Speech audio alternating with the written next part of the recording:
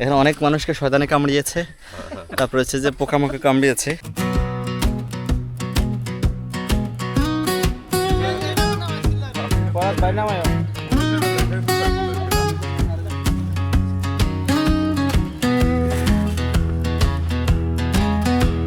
পথিক তুমি পথ হারাইয়াছ, কবির সেই বিখ্যাত উক্তির মতোই আমাদেরও মাঝে মাঝে মনে হয় আমরা পথ হারিয়ে ফেলছি, পথ আর নেই। আমরা এদিকে যদি তাকাই, আসলেই আর কোন দিকে যাব? আপনারা এতক্ষণ বিভিন্ন স্পট দেখেছেন, আমরা কত কণ্টকাকীর্ণ এই গিরিপথ পার হয়ে এসেছি। তো ইনশাল্লাহ আমরা বাকিটাও যাব। আমরা সোনাইছড়ি এসেছি, কিন্তু একদম অপরিচিত। মানে আমাদের মনে হচ্ছে সবচেয়ে ভালো হচ্ছে যে সীতাকুণ্ড, কিন্তু না, আমরা সেটাকে মনে হয় ছাড়িয়ে গিয়েছি। যেভাবে এক একটা পাথর থেকে এক পাথর, আবার পানিতে নামা, আবার উঠা, অন্যরকম একটা আমাদের অ্যাডভেঞ্চার, আমাদের ট্যুর, আমাদের যে অভিজ্ঞতা, আলহামদুলিল্লাহ ভালো লাগার বিষয় হচ্ছে কেউ হাল ছাড়ছে না। প্রিয় দর্শক, আমরা আবারও রেস্টের পর আমাদের পথ চলা শুরু করলাম। পথে যেতে যেতে কোথায় থামে আমাদের জানা নেই। যে সবাই আসছে সবার মতো করে, আমরা মনে হচ্ছে যে ঝর্ণার আওয়াজ পাচ্ছি। মানে ভালো লাগার বিষয় হচ্ছে যে আমরা কঠিন পথ পার হওয়ার পরেও ঝর্ণার আওয়াজটা যখন কানে আসে তখন ক্লান্তি কিছুটা হলেও দূরীভূত হয়। জানি না, এই যে আমরা উঠছি, আবার উপরে ওঠার চেষ্টা করতেছি। প্রিয় দর্শক, জীবনের প্রথম মনে হয় এত কঠিন। আমরা 10 কদম পথ মসৃণ পাইনি এরকম ছাড়া। আরো ডিফিকাল্ট ছিল, যেখানে আমাদের ক্যামেরা করাটাও কঠিন ছিল, বা ডিফিকাল্ট ছিল, অসম্ভব ছিল। ওগুলো ক্যামেরায় ধারণ করাটা চাইতে আমাদের তখন পথ পাড়ি দেওয়াটা বেশি গুরুত্বপূর্ণ ছিল বিধায় ধারণ করিনি। আসলে যাই বলি, সাইফুলকে ধন্যবাদ। এটাই আমাদের প্রথম এত কণ্টকাকীর্ণ পথ মারানো ট্রাভেলিং। আপনাদের যে আশ্বাস দিয়েছিলাম যে ক্লান্তি দূর হয়েছে ঝর্ণার আওয়াজ শুনে, কিন্তু এটা আসলে ঝর্ণা না, ওটা হচ্ছে ঝর্ণার স্রোত যেখান থেকে বয়ে যায়। যেমন এই আওয়াজটা আমি একটু দেখাই, এই আওয়াজটা,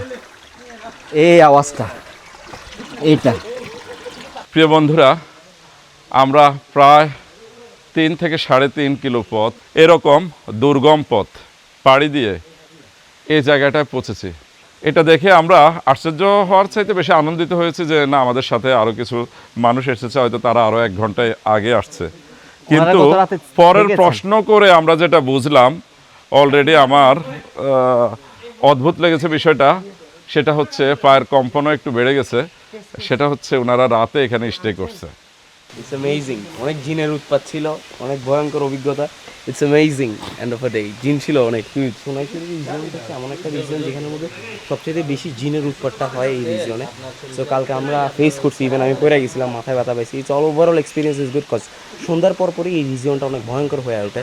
সো এখানে যারাই ক্যাম্পিং করছে আগে থেকে অনেক ইনসিডেন্টস হয়েছে জিনেদের ব্যাপারে। অন্যান্য রিজিয়নে যে কোনো জিন থাকতে পারে, ফেসও করছি, but it is totally different experience, you know like. মানে এই রিজিয়নটা হচ্ছে যে খুব ভৌতিক, ডেফিনেটলি এটা আমাদের জায়গা না, জিনেদের থাকার জায়গা। So they don't allow people us to stay like there. সো এই কারণে হচ্ছে যে ব্যাপারটা একটু কমপ্লিকেটেড হয়ে যায়, but overall experience is like খুব ভালো। বাংলাদেশের প্রান্ত হতে সালাম জানাই, হে রাসূল, হে রাসূল। বাংলাদেশের প্রান্ত হতে সালাম জানাই, হে রাসূল, হে রাসূল। এই বলে আর কয়েকবার আসছে। তারপরেও এখান দিয়ে সাইফুল যদি বলো তাহলে যাবো, না যাবো না ভাইয়া। এই রাস্তা তো মনে হচ্ছে যাওয়ার পথ না। আমরা আসলে এই পথ দিয়ে তো আমরা আসিনি, আমরা এসেছি আরেকটা পথে, যেটা আমরা ব্লগে দেখিয়েছি। তো ভিন্ন পথে এবার আমরা পাহাড় বেয়ে উপরে উঠে ভিন্ন পথে যাব। তো রাস্তা যেহেতু চিনি না, উঠে আছে একটু আমি দেখি, মাটি শুকে দেখি, এখানে কোনো পদচিহ্ন, এখানে হ্যাঁ মানুষের পায়ে একদম। আমরা এই পথ একদমই চিনি না, আমাদের গাইডও চেনে না। গাইড সামনে যে সাইফুল ফরহাদ, তারপরে চলছে, দেখা যাক। আমরা অবশ্য টাকা ব্যাক দিচ্ছি। হ্যাঁ ভাই টাকা দেয় না ভাই, আমি কি বলে? কারণ অর্ধপথে এনে সে আমাদেরকে ছেড়ে দিবে এরকম কোনো চুক্তি ছিল না। সুতরাং তার বাকি টাকাটা আমি ফতোয়া ঘেঁটে দেখলাম যতটুকু হালাল হবে না, সুতরাং সেটা আমরা ব্যাক করে নিচ্ছি। আমরা সম্ভবত দারুণ কিছু পাবো। কিছু ফুল দেখা যাচ্ছে, গাছ দেখা যাচ্ছে, এগুলো আমাদের অপরিচিত গাছ। ওদেরকে কি কামড় দিয়েছে? দেখা যায় না, পুরো হাত মনে হয় এখানে দেখা যাচ্ছে একটু কামড়াইছে। আমার মিডল ফিঙ্গার কামড়াইছে। ওরে তো দাগ হই আঙ্গুল ধরাই দিছে। এটা ফুলে স্বার্থপর সঙ্গী যারা আমাদেরকে ফেলে রেখে চলে আসছিল, আমরা তাদের খুঁজে পেয়েছি। তারা রেস্ট করতেছে।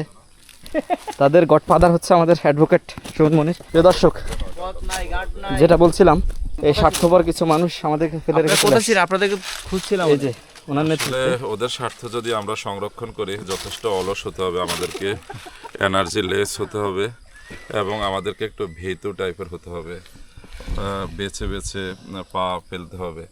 তো এটা তো আমাদের আসলে বৈশিষ্ট্যের মধ্যে নেই, এটা নেই, একেবারেই নেই। আমার মনে হচ্ছে ওনারা এক অসুস্থ মানুষের বেলা সেন্তায় বলেছেন। এখানে অনেক মানুষকে শয়তানে কামড়িয়েছে, তারপর হচ্ছে যে পোকামাকড় কামড়িয়েছে। তো তাদেরকে বাঁচানোর জন্য আমি পিছু ফুটে গেলাম, অথচ আমি সবার অগ্রভাগে ছিলাম। কাটা গেল কেল্লাই করে আল্লাহ আল্লাহ।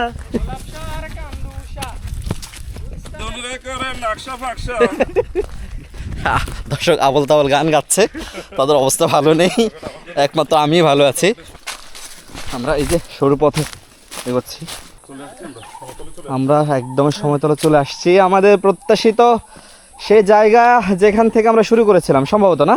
আমি ভালো আছি, আলহামদুলিল্লাহ, আমি ভালো আছি, কিন্তু পাটা ব্যথা করতেছে, এখনও পুরোপুরি বোঝা যাচ্ছে না, তবে শক্ত আছে। আমরা একে একে সবার একটু অনুভূতি জানতে চাইব, কার কী অবস্থা।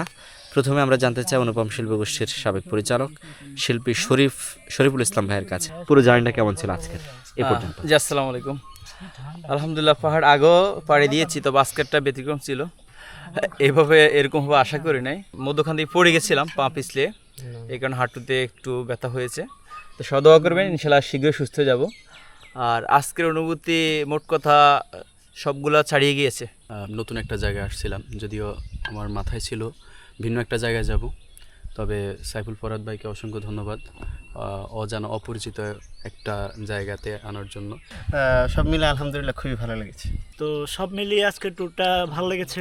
যদিও আমার জীবনে এটা ভয়ানক একটা অভিজ্ঞতা, তারপরও ভালো লাগছে আলহামদুলিল্লাহ। সবার মোটামুটি আন্তরিকতা এবং আমার ভাই ভালো এনজয় করছে, আমিও এনজয় করছি, সর্বোপরি আলহামদুলিল্লাহ। ওভারঅল জার্নি ভালো ছিল।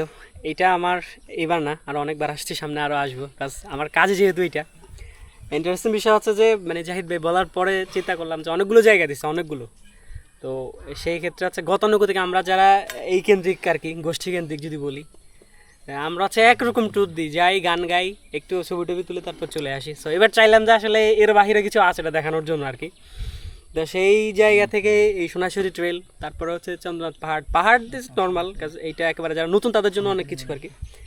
তো এইটাই আমি একেবারে স্বাভাবিক মনে করলাম যে ওনারা এটা পারবে, এটা নিয়ে আসলাম।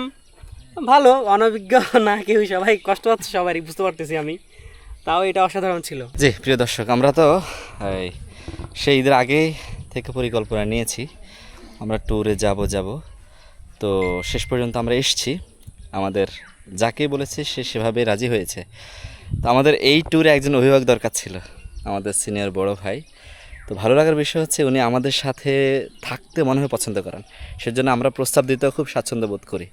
আমাদের সুমন মনির ভাই, অ্যাডভোকেট সুমন মনির ভাই, ওনার অনেক ব্যস্ততা আছে, আমারও অনেক ব্যস্ততা ছিল, এখন আমি ফ্রি, সে জায়গা থেকে আমি এসেছি আর ওনাকে নিয়ে এসেছি। সর্বশেষ উনি আমাদের জন্য এসেছেন অনেক ব্যস্ততা সহকারে। তো আমরা ওনার কাছ থেকে শুনি সার্বিক বিষয় মিলে ওনার ভ্রমণ কাহিনী, অথবা ওনার আমাদের সাথে সর্বশেষ আসার সিদ্ধান্তটা সব মিলে কেমন ছিল ওনার জার্নি, শুনবো। আসলে অনুভূতি বলতে একটু গানের কথাই বলি, সেটা হচ্ছে অভিমান জমে জমে আমি ব্যথাহীন, আহারে জীবন আহা জীবন, জলে ভাসা পদ্ম যেমন।